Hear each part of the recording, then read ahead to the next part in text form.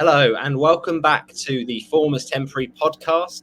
It is episode number 7, I do believe, and it's the Game Week 5 preview. And we're very delighted this week to have on a great friend of the channel, who his fellow podcast, creator went on the podcast last season, Man on Podcast. It was, of course, Darren. But this time we've got Craig on to come on the pod and check out his FPL moves. So firstly, Craig, how are you?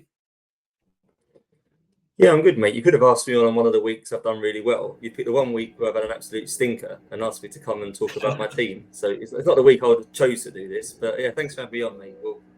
We'll get me in a negative mood today. Well, yeah, unfortunate timing. Yeah, as you said, there was a lot of wildcard discussion on the last pod on Man on Podcast, and yeah, it's unfortunate for a lot of people this week. I think it was a game week 4 to forget, which we'll get to. But yeah, absolute delight to get you on, and really appreciate you giving your time.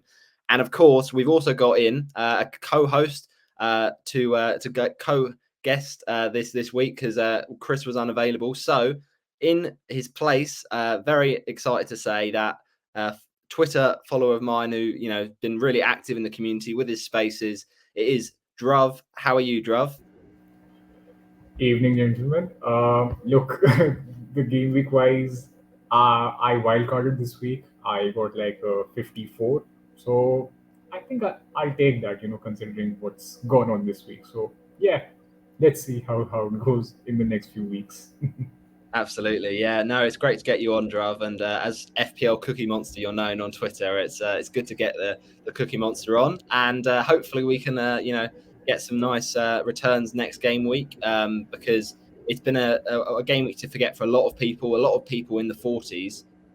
So to get even more than that, it's actually not too bad there, Dhruv. But we'll get onto that, I'm sure. So let's start off by reviewing game week 4, which was quite underwhelming for a lot of people, especially if you were a non-Erling Haaland owner. Salah obviously was the one that a lot of people were talking about last game week, matching Haaland's points, and a lot of people was wildcarding potentially to get both of them in. And this was the week that Salah blanks, Liverpool lose against Nottingham Forest, and Haaland yet again comes up with a couple of goals. So we'll start, if it's okay, with your team, Craig. How did you get on in game week 4, and what were the kind of highlights and moves you made in your team? So I've got no Haaland, but I did manage to scrape it to 40 points despite Salah captain, which was obviously a fail. I've not owned Haaland all season yet, and I wildcarded in game week 3, and I still didn't put Haaland in at that point. But up until now, I've got away with it. Every other week, I've covered these points with somebody else. So my game week overall rank actually was still about 500k going into this week. Nice. But it's been a bit of a stinker. I think I've got 40 points. Watkins was the star of the team. I got him in my wild card in game week 3, so obviously he got 13, 14 points, whatever it was. David Raya was my goalkeeper, so he got bonus and some save points in the North London derby, so that was helpful. Other than that, I think everyone else really failed. It was one of those weeks where a few subtle things would have made quite a big difference. I had Anthony Robinson in my defence. Obviously, let a goal in basically the last kick of the game. That's a clean sheet wipeout. Yeah. Eze, I think, had quite a high XGI in the Crystal Palace game. Really surprised he didn't take that late penalty when he was still on the pitch. Mateta took it against all of our expectations. That was sort of late points gone as well. So a few players that I feel like I got a little bit of bad luck. But on the whole, Haaland obviously was the main killer this week. I didn't captain Watkins. If I'd have captained Watkins, I probably would have been in line with everybody else. And that's what I've done so far in the other weeks. Largely, my captains have worked, or my sort of players around the fringes of my team have delivered, that have covered what Haaland's done. This was the week really where they didn't really do that, apart from Watkins. Yeah, it definitely feels like the week where, those kind of captaincy shouts outside of Haaland, if you did nail it, you did really well, because there was very few and far between. A lot of captaincy contenders this week did blank, including Cole Palmer away to Bournemouth. Now, Dhruv, Man on Pod, Craig just mentioned there about, Watkins really going off this week. And finally, he's ended his run of no goals. So what do you think about Villa players going forward? Because they're still in a nice run of fixtures. Rodgers still seems to be frustrating his owners. So would you be willing to move to Watkins now? Because I think a lot of people are starting to get a bit irritated by the likes of Muniz, the likes of Alexander Isak. So yeah, what are your thoughts on Watkins really as a player for the next few weeks? Look, honestly, if you're look like me, I've wildcarded. I kept Rogers, so I can't go to Watkins for the timing. So I think I'll have to bear the brunt of what his returns in the next few weeks. But look, if you're wildcarding in the next in say 6, that's going to be a very popular wildcard. So you can probably look to build a team around Haaland and Watkins now. Keep like a two and maybe like a cheap forward if you want to go there. Other than that, I think I would avoid if you really want to say double up on Villa in that front line.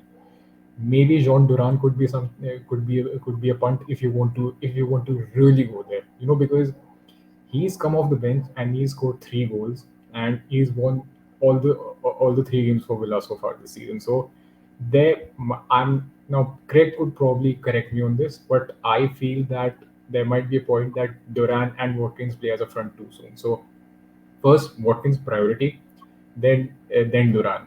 Rogers, look, I would. Rogers is in somewhat of a situation where neither a buy or a sell. It's a hold at the moment if you've got them. So that would be about it. Yeah, would you agree with that, Craig? Because I think a lot of people are thinking that Rodgers is getting frustrating, that he might be expendable soon, but there aren't too many other cheap midfielders that around his price are absolutely tearing it up either, right? So it might be worth just keeping patient. Yeah, if you've got a spot in your team for a 5 million midfielder, there's obviously some that are sneaking points here and there at the moment, but I don't think they're reliable players. I wouldn't move off someone who's playing 90 minutes every week for a top 6 team who's playing in an advanced role. The returns are going to come in that role. He's getting XG, he's getting XGI, he's involved. At the moment, he's just on one of those streaks where he's not returning. There might come a point soon where, as we've talked about, people have wildcarded now to get Haaland and Salah. If people do start downgrading, probably Salah, I would imagine, in the coming game weeks, they'll have more disposable budget. At that point, it might be possible to have 5 midfielders that are all over 6 million or something. I'm not saying that's a bad strategy. That could be the way forward for the next block of the season, in which case Rodgers is obviously holding that back. But if you're on a strategy right now where you want to spend more on defence, if you want to go with sort of 2 or 3 premium strikers, we know João Pedro's fixtures dry up soon. At that point, do you move sideways or do you go up from him to someone in the next sort of price bracket? I don't have an issue holding Rodgers. I would keep him. I say you're getting minutes, you're getting chances. At the moment, they're just not going in, but that will change. With your team then, Dhruv, this week, how did you get on and how many points did you score in game week 4? Because it was a tough week for, I think, people that didn't have those Villa assets like a Watkins, like maybe a Newcastle player if you had maybe a Harvey Barnes, but I think he was pretty lowly owned. So were there any kind of standout players for you? Look, I think Haaland got the bulk of the points, a 26-point captaincy shout. So I think that was the bulk of it. The best thing about, I think, I wildcarded, I brought in Ramsdale. Look, okay. Southampton did not have a good game, obviously, but they did dominate United for at least half an hour before they crumbled. So on that basis, I feel that against maybe the easier opposition, maybe somewhere around their level, in the maybe the relegation battles, I think there might be a few cleans for him somewhere around. And if not cleans, there will be save points for him. So he got 3 points. I had Leif Davis, who got me 6 points, my only clean sheet of the of my defense. So yeah, I think I've been pretty decent, and I had Strand Larson as well, who got a cheeky assist today. So that bumped me up to 54. If it was not for my benching order, it would have been a 60 because I had Mbuemo as my first sub for João Pedro instead of Ola. So yeah, I think I wildcarded. The returns maybe not so much, but I think I'm pretty content with it. Famous last words, obviously, but let's see. Let's hope for the best. Yeah, no, it's a really interesting team you got there, and a few differentials in there. Ramsdale, as you say, is a good player for the save points, because you know Southampton are going to concede a very high XG each game. And yeah, Strand Larsen's interesting because I think a lot of people are looking at Wolves kind of around game week 9, those run of fixtures. For now, I think they're definitely a wait and see for those that haven't already moved in on them. But would you be kind of tempted to get some Wolves players in the coming weeks? I mean, they looked okay, didn't they, Craig, today against Newcastle? Obviously, defensively, there's still their problems, but you know they found ways to score with that Lamina strike. So yeah, would you be kind of looking at maybe a Cunha or a Strand Larsen anytime soon? Probably not. You've listened to some Man On episodes before, and I talk quite openly on there before a season starts about trying not to own players from what I consider bad teams. Not that Wolves are particularly terrible, but I think it's possible to own a good squad of players in this game from the top 8 teams. There might be odd talisman players from weaker ones, like an Waymo, someone like that, 90 minutes out of position, penalties, all these sorts of attributes. I'd make sacrifices and allowances for players like him.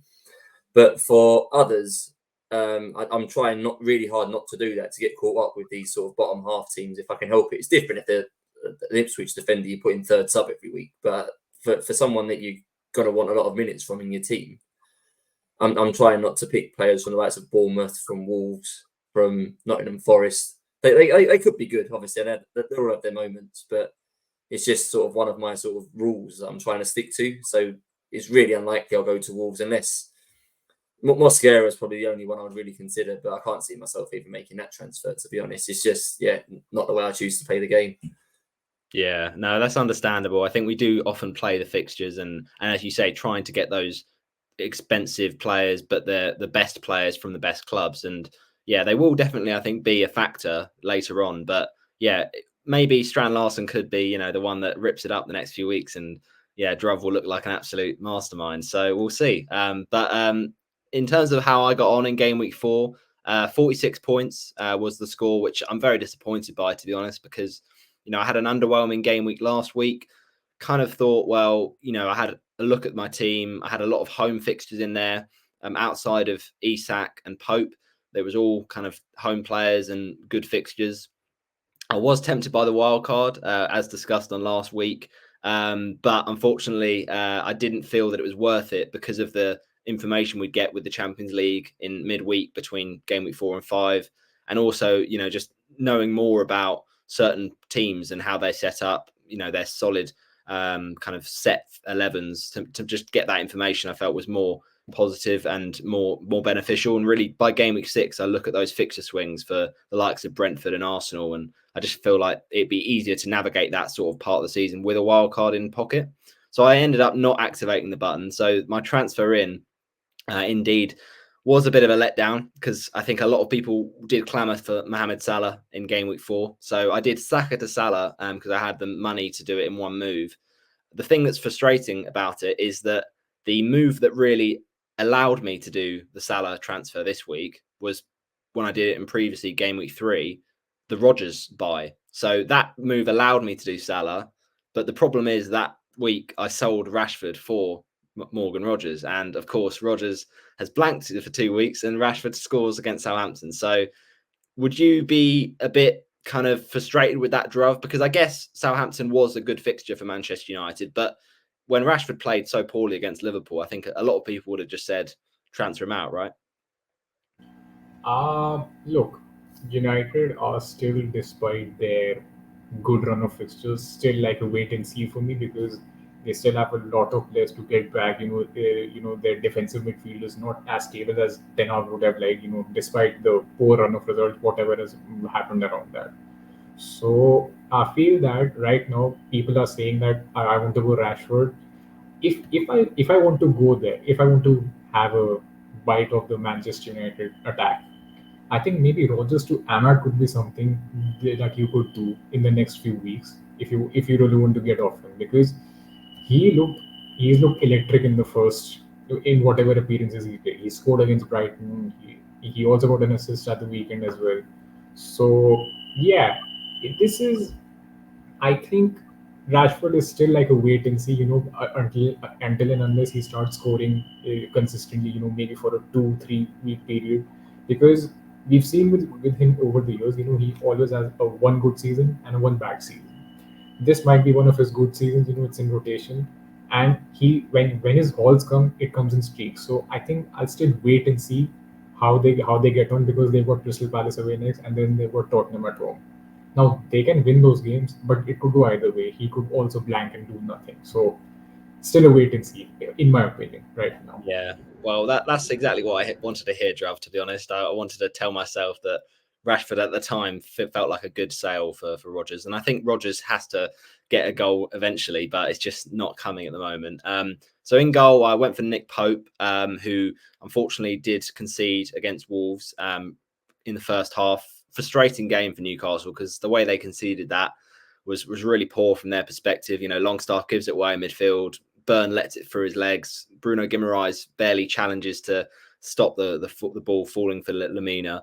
But Nick Pope has been an okay pick for me at the start of the season. He got that nice return against Southampton, and then he's just been picking up save points. But I do feel that when I do wildcard in game week 6, that Raya will just be the one I get, because Arsenal are just great defence in any fixture. And yes, it does pain me to pay more for a goalkeeper, but the 4.5 options just don't seem like they have any sort of value. Even the Henderson owners that wanted to hold on for one more week this week, can't keep a clean sheet against Leicester. So I think, would you definitely go for Raya on a game week 6 wildcard, Craig, or do you think it's other options are available?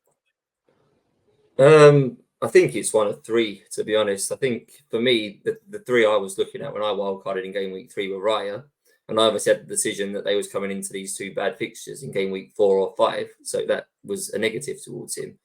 It was Flecken, who we know about Brentford's good run from game week 6 onwards. We can play him most weeks, and a bit like Dhruv was saying with Ramsdale, you can kind of bank on a few save points from Flecken as a minimum. Or you look at one of these 5 million options, like an Emi Martinez or someone like that, as being someone that might tick along with points. Villa's fixtures are fairly steady. I just settled on Raya because I don't have to stress about it. I think this is the first season I've really paid 5.5 for a goalkeeper. I've been playing FPL since about 2008, and I don't think I've ever paid 5.5 for a keeper before. But I've got Saliba as well. I just put the two Arsenal defensive options in there now. I don't know if that was right, because I've blocked myself from getting a Saka and a Havertz if I want them down the line with the double defence. But to me, and my sort of eye test opinion of watching football, Arsenal are the best defence in the league. So why would you just not pick two of their defenders and then not have to worry about it anymore? I'll even probably play Saliba in game week 5 against Man City, because the other options are like Wout Face. I know he's got quite a nice game on paper, but it's Leicester. I've got more faith in Saliba keeping a clean sheet against Man City than I have any Leicester game keeping a clean sheet. So I think that's the mentality for me. Just while we're messing around, we know the best defence in the league. Just pick their two safest, most secure players. And maybe right now as well, more than last year from Arsenal, they are conceding a few more shots. They're not going in at the moment, but Raya is getting a few more save points than maybe we become used to last year. He is sneaking a little bit of bonus points that maybe he wasn't getting last year. So maybe his stock has gone up a little bit. So to me, he's the best option. But I can see why people might think, I could save $1 million there and then invest that somewhere else outfield. But yeah, it does feel like maybe we should change our perception on Raya. He's been kind of grouped into that cluster of goalkeepers alongside Ederson and Alisson, of those kind of expensive keepers that don't really have much upside. And yes, they play for good defenses, but they just don't seem like a good use of the money. But maybe this season is showing us different with the way that Arsenal are seeing out games. But as you said, Craig, they are the best defense in the league. And yes, it's Man City, but they're still unbeaten away from home in 2024. And they got that clean sheet against Man City last season at the Etihad. So it could definitely be a way to go going forward. Just Raya, set and forget, and not worry about it. The rest of my defense didn't do as well as Pope's save points, unfortunately. Konza with 1, Trent with 1, and Munoz with 1. Daniel Munoz, I really thought would come good this week because he, had a good fixture. He got that assist on the opening day, and I kind of thought maybe he could be one that, with a bit of patience comes good. But Palace have just not started good defensively at all, and their fixtures coming up are just not the best, to be honest. So I'm kind of not that happy with him. Trent, happy to keep him. Obviously, Liverpool, a bit of a nightmare result, not to be expected, and the fixtures are still good for Liverpool. So I'm sure that Trent Hall is due to come. Konza's the one that's frustrating, I think, for me, because I kind of had Konza for these good fixtures. Leicester and Everton in the last two, to concede in both games is a bit disappointing, but he's got Wolves next, so I'll probably keep him and start him. Now my midfield was, a bit of a bare one. Smith Rowe kind of carried the team there because Rodgers blanked with 2, Salah with 2, Jota with 1, and I had 7 from Smith Rowe, Druv. So obviously Smith Rowe was one that a few people did bench this week, but with João Pedro missing out, I think a lot of people potentially got a bit of bench jam there. Would you think that Smith Rowe is worth a kind of keep at this point? Because Muniz has been a frustration, but at least Smith Rowe, he's playing a lot of minutes, not quite 90 minutes, but he's playing enough that he can get returns. Would you keep the faith with ESR? Look, I started the season with Smith Rowe. Ultimately, I was impatient and took him out, and he punished me as usual. Good on him. Look, Muniz might be a sell.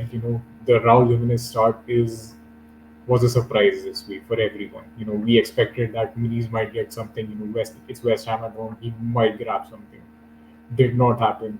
Smith Rowe grabbed an assist, and I'll be honest, if you really want to keep Fulham assets, for the next few games, maybe they've got a bit of a tough run, looking at the fixtures right there. So, in my opinion, I think Anthony Robinson and Smith Rowe might be the guys you want to really consider from Fulham at this moment, because Robinson has started the season in good form, in my opinion. He's grabbed 2 assists, he's looked threatening, he's looked like the best player, man. So there might be a case that you double up on Smith Rowe and Robinson when the fixtures you get like a bit greener for Fulham in the future. But if you've got Smith Rowe, you stick with him. Maybe replace Muniz with some, maybe like a Strand Larson, or maybe Nketiah in the forthcoming few weeks, or even Vardy if you want to go there. So yeah, I think Muniz will be a sale. I think you keep Smith Rowe. Yeah, Smith Rowe does seem to be passing the eye test at the moment. The thing with Muniz was, I just felt this week, was the week he comes good, he gets benched. I mean, it just feels like a game week of, unfortunate trolls. You see Gvardiol get benched for Man City, Wissa subbed off with an injury. It does feel like that kind of game week of variance, perhaps people like to kind of say. Craig, do you think this is one of the kind of weeks that people will remember? Luca Digne getting another return and Kunku scoring. It kind of feels tough for a lot of managers, doesn't it?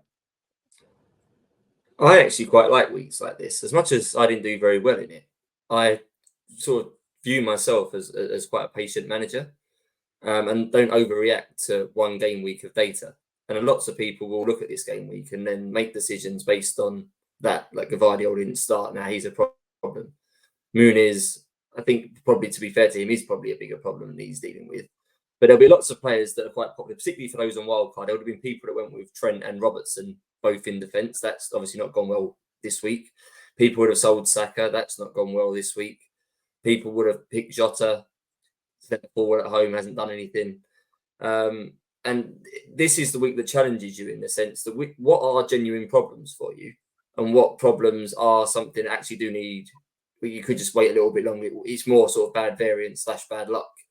And say for your team there, Roberto, looking at the screen, Isak, I think is a bit of a problem. I know he got subbed off early and that didn't help his output today, but I don't think he started the season particularly well.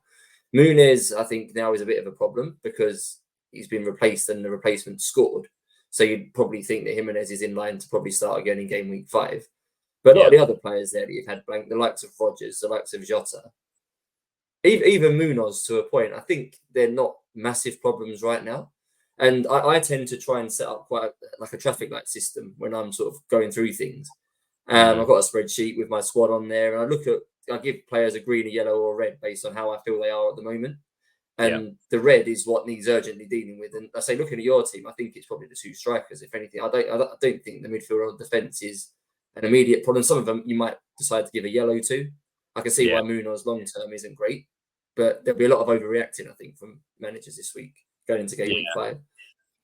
Absolutely. I think that's a very valuable kind of point you make, Craig. It's about kind of keeping that neutral thinking on, that thinking cap of, let's not blow this out of proportion, but also let's kind of take this and see it as what it is, which is a tough game week to take for a lot of managers, but we still have faith in a lot of these picks. And one game week of data doesn't mean that, they're necessarily bad picks now out of the blue. So I think kind of keeping the logic behind a lot of the picks you've made is worth it, especially going into game week 5 where you could have big returns for those players in the City Arsenal game that didn't quite do the business in other areas. Like for instance, if you picked an Arsenal player like Havertz, there's a big game for him to potentially do something and return.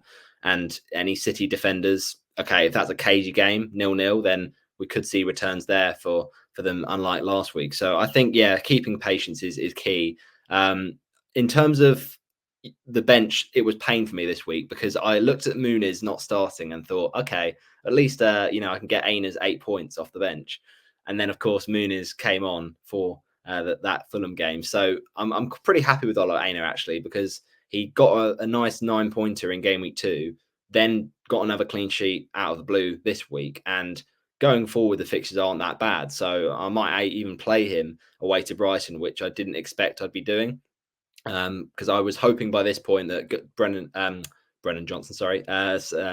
Ben Johnson would be playing more minutes really for Ipswich, and he's just not quite nailed down a spot. So I think Ola Aina might stay there, to be honest, which is kind of a nice headache for me to have solved, really.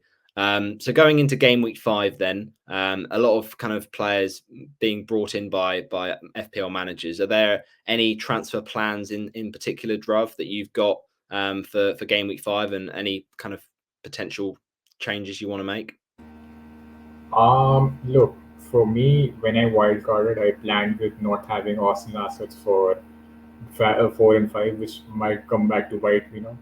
But I'll be making that move with 2-3 free transfers in game week 6. So I'll be looking to roll this week unless there are injuries in that department, because I've got a bench to cover me. And the problem in the first 3 weeks I had was the bulk of my points were coming from Salah and Haaland.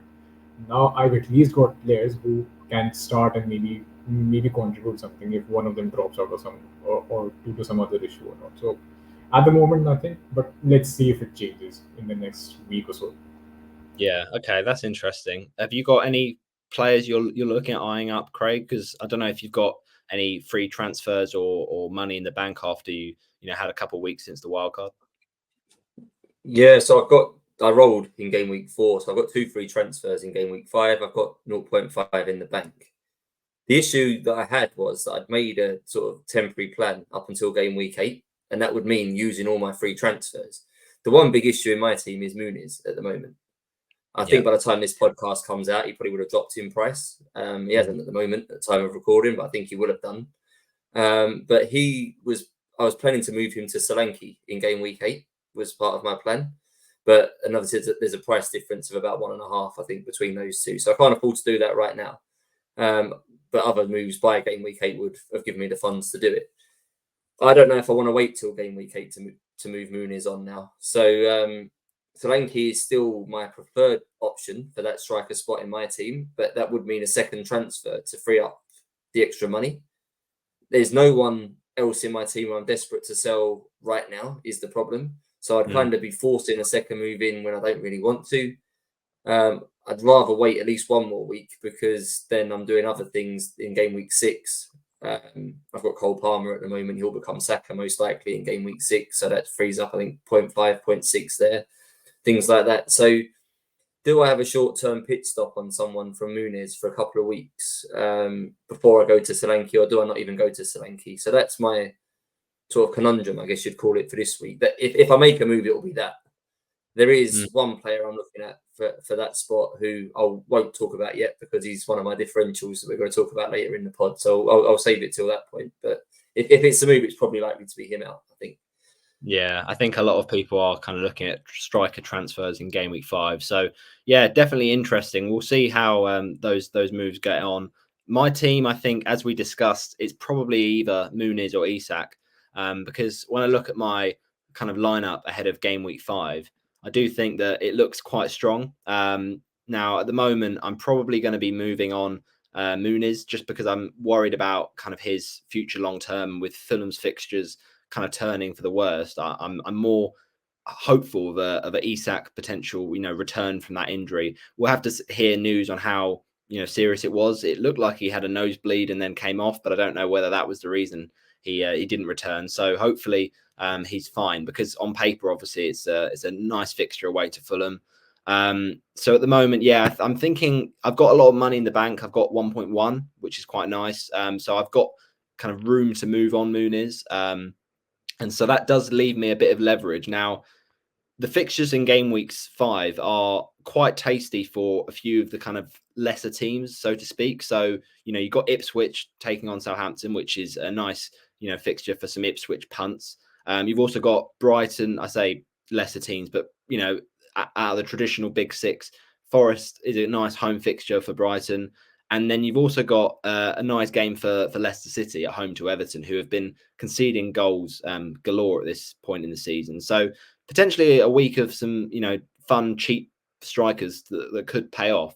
And one of them we will get to in the top 5 differentials. We branded it as the top 5 diffs last season. We've reduced it to 3 this season. So we're going to kind of keep it short and sweet. So, Dhruv, let's start off looking ahead to game week 5. Some maybe differentials that people haven't been thinking about. What are your under 10% owned picks for this game week 5? All right, so right off the bat, straight away, I don't know why many people don't have this guy yet, but I think my first differential for game week 5 will be Leave Davis from Ipswich. He's got Southampton away. He's 4.5 million, and he's 1.8% owned at this moment in time. Now, the interesting thing about this is that Dave Davis at the moment is playing like a left back, or maybe practically left wing if you've seen Ipswich's games so far. So that he has the potential to score some attacking returns as well. Secondly, his next 9 games, 6 of them have a score of 2 on the fixture difficulty rating. So it's like a sea of green in that department. And this one, I did not see this coming, but he's ahead of Rico Lewis and Guardiola in the influence creativity threat rankings for defenders in the game right now. So that's my first differential. I mean, if you want to make a defender transfer, in your case, if you want to move on Konsa or maybe Munoz, I think that's the one you make. Secondly, it will be Jamie Vardy at home to Everton. He's 5.6 million and 7.4% owned at this moment of recording.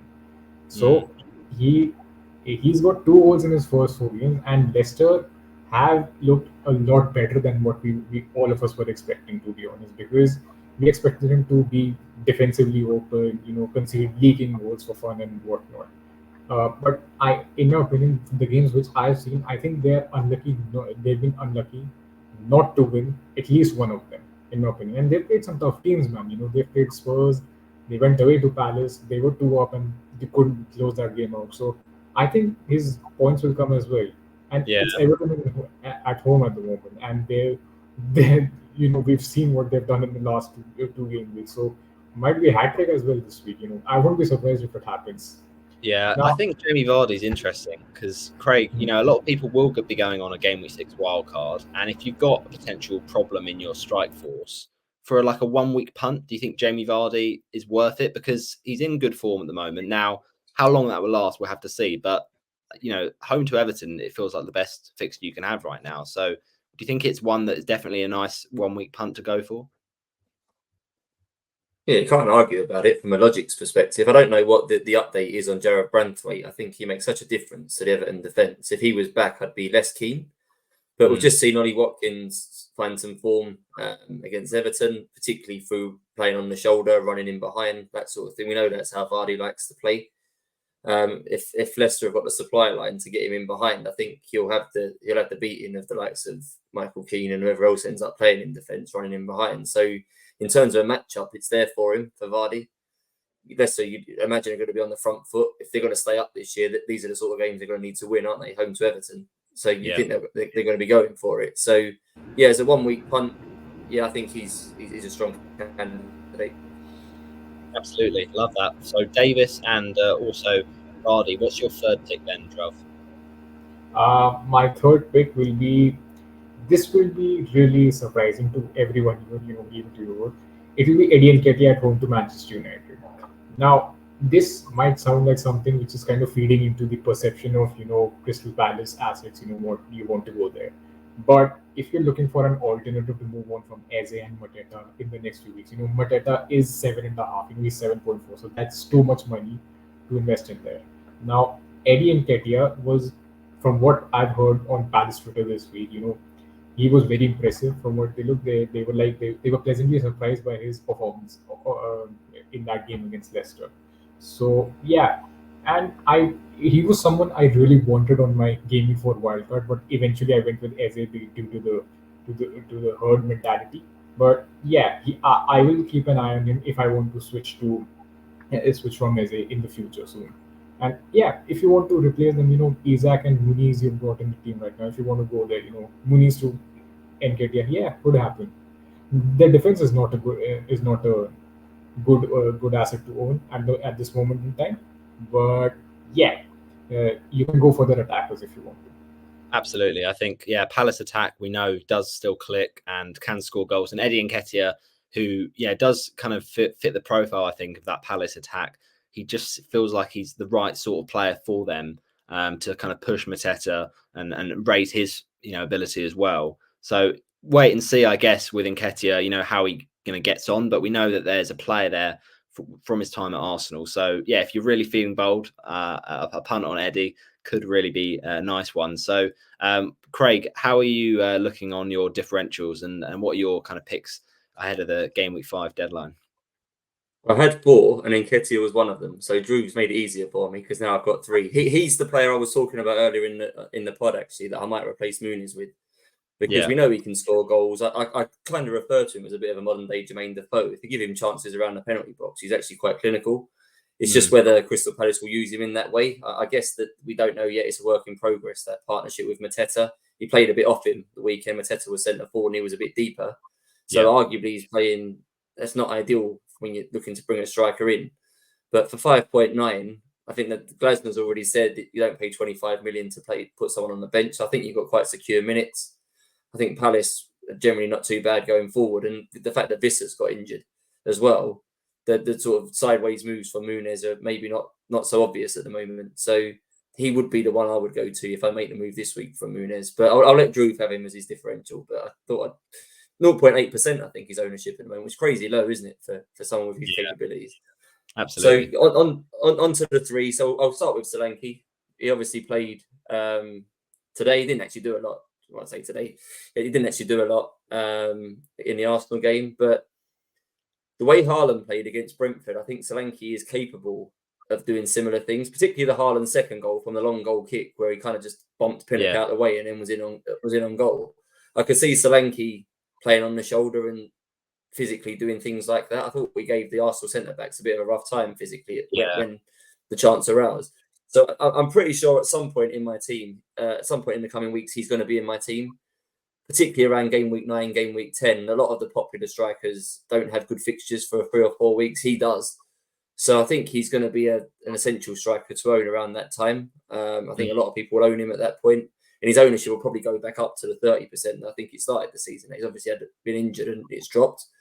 But I'd quite happily get him in for this Brentford game, and he would be my number 1 Muniz replacement. I think his ownership's about 8% or something at the moment, so I think he's a good one to get. I think Solanke's second, quite. Sorry, I was just going to say, like the way that Solanke played against Arsenal, I think he did unsettle Saliba at the start of that game, and he's a sort of player that against that Brentford defense, who as you say, didn't look great against Manchester City. I think that way Spurs can build up those attacks, and in that Leicester game, just look on the volume of chances that he got from set pieces, and I think although Brentford are kind of trying to dominate in the air when it comes to things that win those duels, I think Solanke could thrive in a match like that, because that's where Spurs, I think, will definitely play that to their strengths. They were so aggressive with their press, weren't they, against Man City? They played basically 1v1 all over the pitch, and it left Haaland 1v1v Pinnock. Haaland got the better of that most of the time. Solanke could repeat that. So I think he's a decent pickup for Brentford and beyond. I think he's a steady own for probably about 10 game weeks now. Second differential, I'll go for Andy Robertson, another one who's quite low. those on wildcard, I did it in game week 3, went with a double Liverpool defence. It's got a clean sheet against Man United. Probably felt like they should have got one against Forest as well. Bournemouth at home, not a guaranteed clean sheet. I think Bournemouth have capabilities going forward, but we kind of know he's on some set pieces. He'll get forward. I think at 6 million for now, his fixtures are probably a bit better than Arsenal, or a bit better than Gavardiol, and maybe even Porro at similar prices. So I think he's a decent pickup for 2 or 3 weeks, and maybe you look to move him back to somebody else at that point. But I'm quite happy personally at the moment to be on double Liverpool defence rather than double Liverpool attack. When I made that switch on wildcard, I think it's probably worked out up until now. I started with Salah and Jota and Trent, but I dropped Jota and went to Robertson, and I'm happy I did that.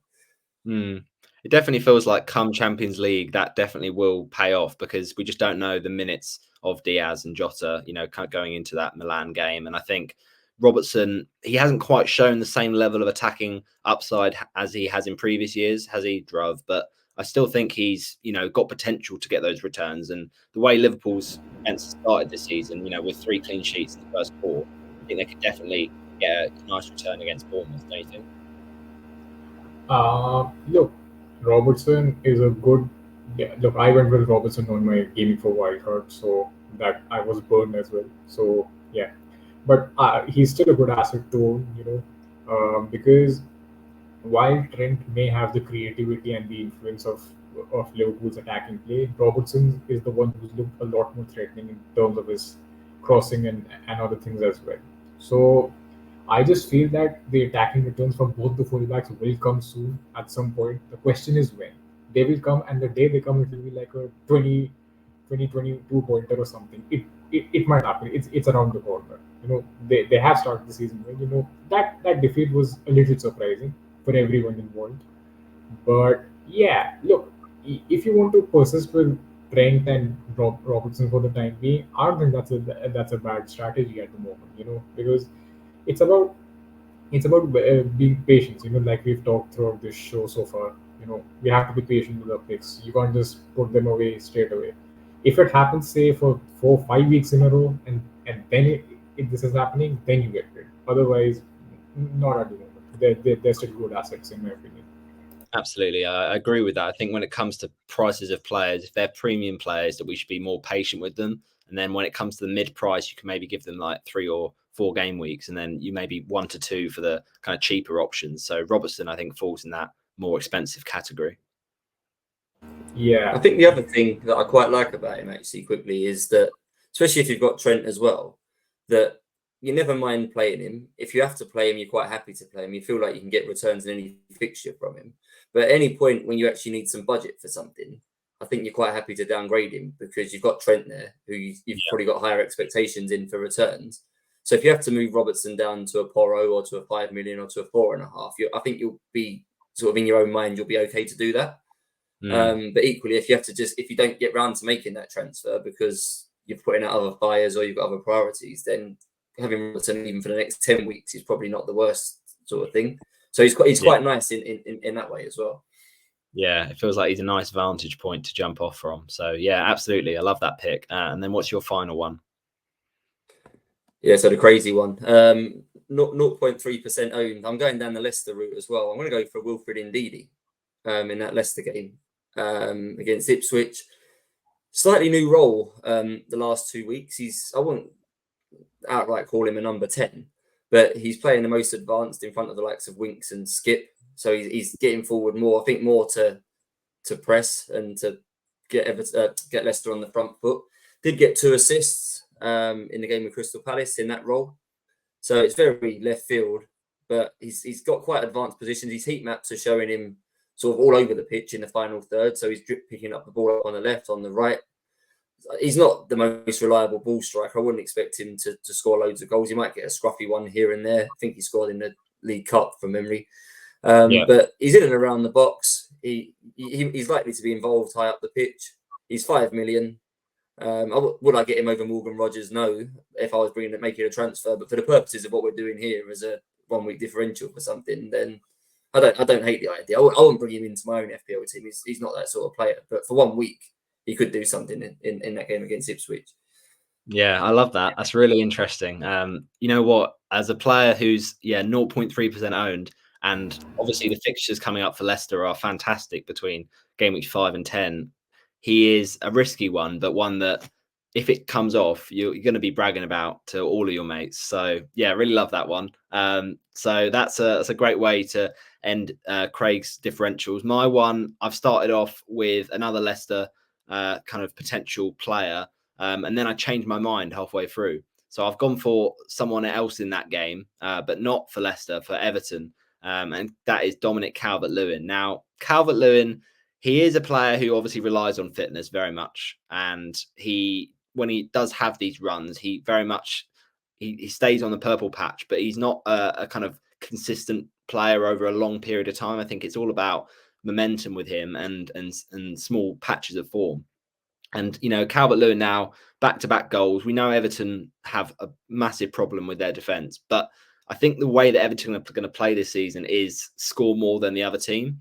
So against Leicester, who we know have struggled defensively, and with, you know, Leicester's kind of set-piece problems, I think Calvert-Lewin could really thrive. So what do you think about that one, Druv? Because obviously Calvert-Lewin has had his injury problems and Everton have struggled, but you know, for the fixtures that Everton have got from now until basically game week 12, it looks pretty good, doesn't it?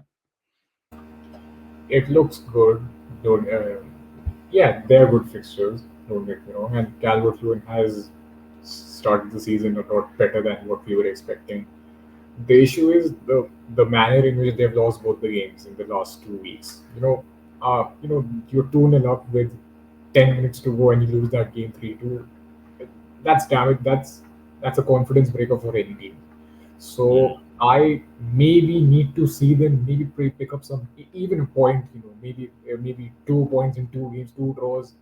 Then maybe I start to consider them because they've got good fixtures in the next 10 weeks. If I'm not wrong, it's a sea of green there as well. So and Calvert-Lewin has looked good, but also there's a case for Ilman and Ndiaye as well. He looked electric on his Goodison debut from what I heard from Everton fans around the net. So yeah, you can go for Calvert-Lewin, but maybe wait for a week or two and let's see how Everton uh, improve their performances before going there because unless Branthwaite and the likes of Tarkowski maybe they get their fullbacks even back as well, it's a long way back at the moment. So I won't go there personally, but I wouldn't discourage anyone if they want to change their fortunes.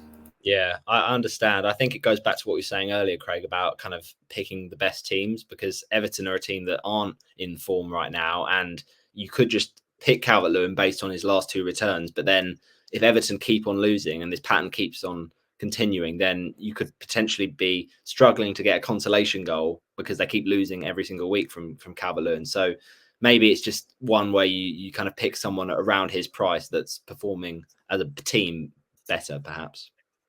I would just question where his confidence is right now. I know he's got some goals, but clearly in that Villa game, he should have had a lot more than what he actually got. He had that one-on-one where he took about an age to get a shot off and still didn't manage. So he's only hit the crossbar late on.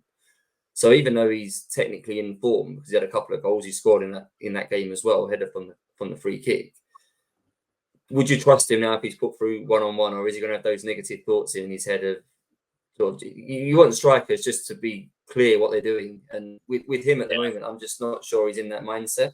He might prove me wrong, but I'd want to see a bit more confidence from him. I think because he looked really stuttery in that moment when he was through on goal and indecisive, and that's not really what you want from your forwards, is it? No, it's not. Yeah, that's probably the riskier one of my 3, but I've gone for it against a promoted side.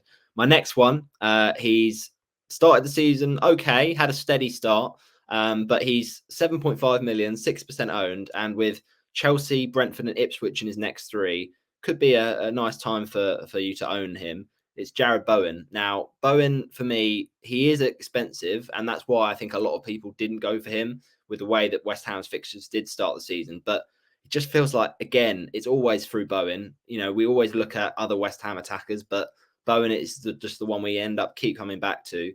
And I think with Bowen, he is just so central to everything they do. And that game against Chelsea, I don't think is a grey fixture. Honestly, I think that Chelsea, they did keep a clean sheet last week, but we know that they've had, defensive problems. So I think Bowen is just one that you can just put in there and forget about, because he's going to play every week. He's got a lot of, West Ham's route to points. So I think Bowen could do well against Chelsea. I don't know whether it's one of those things where you wait for the fixtures to turn and you wait for that Ipswich game where that could potentially be a bit more explosive. But yeah, he could definitely be one that comes good in game week 5. And then my last one, we'll see what both of your thoughts are on this one. It's a man who he has been very good in FPL previous years, but there wasn't much of a clamour at the start of the season to get him in, and that's Son Heung-min. So obviously Spurs disappointing against Arsenal, but they face, as you said, Craig, Brentford, who defensively have had issues. At the moment, time recording, Son Heung-min, he's not quite had a great start to the season, but we know he can deliver. 8.7% owned. Would you be, maybe if you wanted a wild card, for instance, and you wanted to shift around the premiums, Dhruv, would you think about Son as one of those premium assets? Uh, no, this is a tough one, because Son has been like a legend of the FPL community. I think we can all agree with that over the years. However, my problem with Spurs right now, I found out a stat today which I think is going to surprise both of you as well. When Ange came, they got 26 points in their first 10 games. Since that unbeaten run, they've only gathered 44 points in the next 32 games. So as a whole, Spurs are not operating like they should be right now, in their opinion, in my opinion, because uh, you look at the first 4 games. They dominated one half at Leicester, but they dominated themselves in the other half as well. All right, they beat Everton easily, but no offense, but I think everyone is beating Everton at the moment. With the way they're going at the moment. So yeah, Yeah. That's not a very helpful sample size. Then against Newcastle, I think they obviously they had the majority of the ball, but again, Newcastle themselves were like, we did not play very well, but they got the result. And today, us as well, Spurs had most of the ball, but there was not much threat, in that department either, because they played 2 8s, Kulusevski and Madison. There was barely any creativity. I think, in the second half, even we had better chances than what they did towards the end. So if you're going to bring in Son, you have to maybe consider him as a captaincy option. Otherwise, not at the moment. If you really want to go to Spurs, maybe Pedro Porro might be a good shot. Regarding his value and his prospects as an attacking fullback. So maybe that might be about it. And also Solanke if he picks up form. But Son at the moment is maybe an worry. Yeah, it feels like to get that premium price for Son, he needs to be delivering more consistently. Would you say that going for him now, Craig, is a bit too late in the season?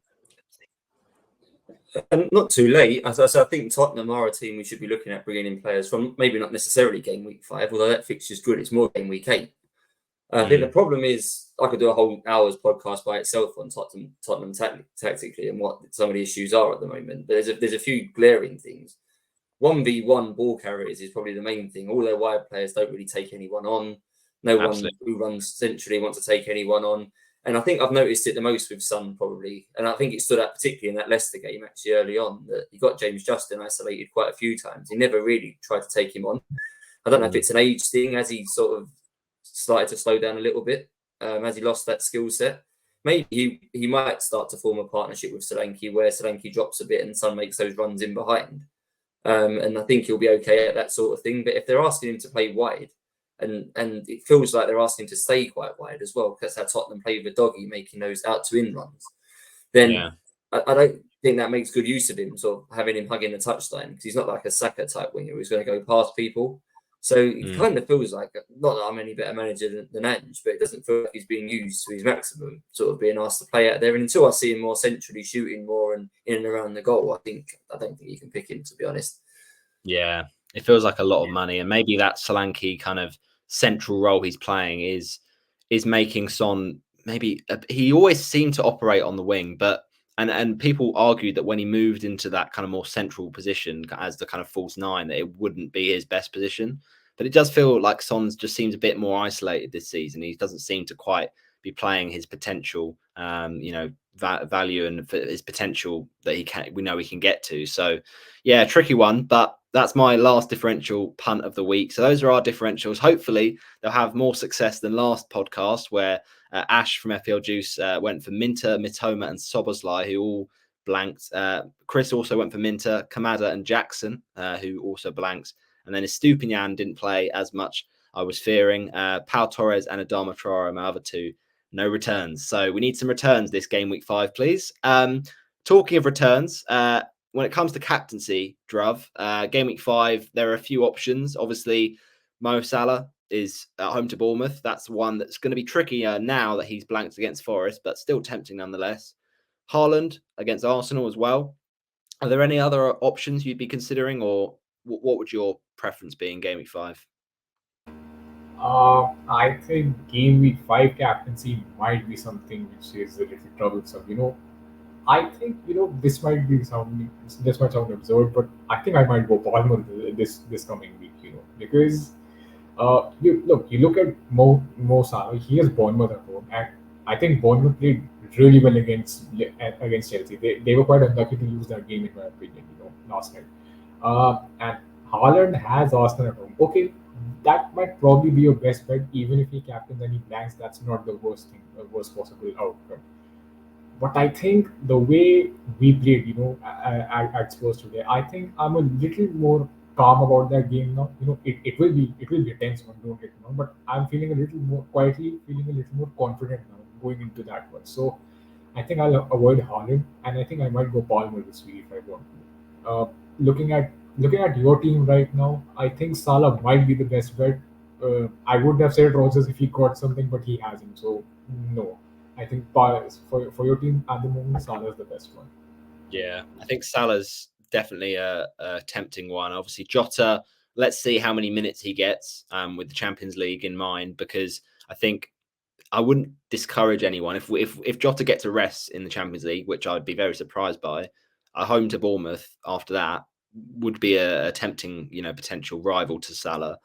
Do you think that, Craig, when it comes to captaincy, we should just not overthink it and go for the man that's got 9 goals in the first 4 weeks of the season, or is it a big game player, that sort of vibe that you'd be going towards, Matt, perhaps? Well, I don't know for Haaland, so I won't be captaining him. But even if I did, this is Man City's hardest fixture of the season, right? So if you're captaining him this week, you're subscribing, at least in my eyes, to the theory that you're going to captain him all 38 weeks, regardless of the opponent, because this is the week he's against the best defence. He's away from home. This is the week not to captain him, even if he's in form and all those things. I think Arsenal largely have shown an ability to cope with him before. They won't set up the same way Brentford did and leave him 1v1 against a defender, I don't think. So I'm sure Guardiola's got a solution in the same way he had the other year when City beat Arsenal, I think 4-1, and they sort of did something a bit different tactically, and Arsenal walked straight into it, although Rob Holding was playing that game, so that might have been the reason. Yeah. But for me, I think the fact Bournemouth are likely to play Kirkes left back, who I think is their worst defender of their main four. Salah's got quite a nice matchup there. So I think there's enough going for Salah in that matchup against Kirkes that we'll let him off the fact he didn't score against Nottingham Forest, and we'll give him that second chance. He's very likely to be my captain. If I did bring in Solanke, which I don't think I'm going to be able to, I would really consider that at home to Bournemouth. That's probably my second option. But okay, I know he's quite lowly owned, and I don't own him currently. So, but I'm more than happy to captain Salah in that matchup with Kirkes, I think. Yeah, I think a lot of people did think about Salah in game week 4 just in advance for this game week 5 captaincy decision. I think, going with Salah, regardless of his blank against Forest, does probably make the most sense. Okay, well, our teams are looking quite good for game week 5. Let's hope that the clean sheets can rack in again, because I've got Aina starting away to Brighton at the moment, which I didn't want to have to do because I was hoping Ben Johnson would be playing away to Southampton, but I've got him on the bench just because of the lack of surety of minutes. Munoz on the bench as well, and hopefully that attack with Muniz potentially going out can be solved. So that's game week 5 covered off. Then we'll go quickly to the mini league and show how that's been getting on, because in the head-to-head last week, our co-host Chris, he beat me 80-72, which was a tough one to kind of accept, a bitter pill to swallow. But this week, the head-to-head league, I've got to say, there's been some pretty low scores. We know it's been a tough game week for many, but unfortunately, very, very unlucky from Abu Napoli with 33 points. It looked a lot worse in the week, to be honest, earlier on. So in the end, he's got past the 30-point mark. I had 42 points before the kind of points were updated. So 46 was how I ended. But unfortunately, that was not enough to beat Ben Vokes. So lost this week in the head-to-head. The overall standings, though, still at the top with 9 points after 3 games. When it updates, will be, of course, Darwizi. And at the bottom, it's been a tough one for the likes of Suresh, Robber, and Abu Napoli. But Ben got his first win of the season. So it will be interesting to see how the fixtures get on in Game Week 5 when they are announced.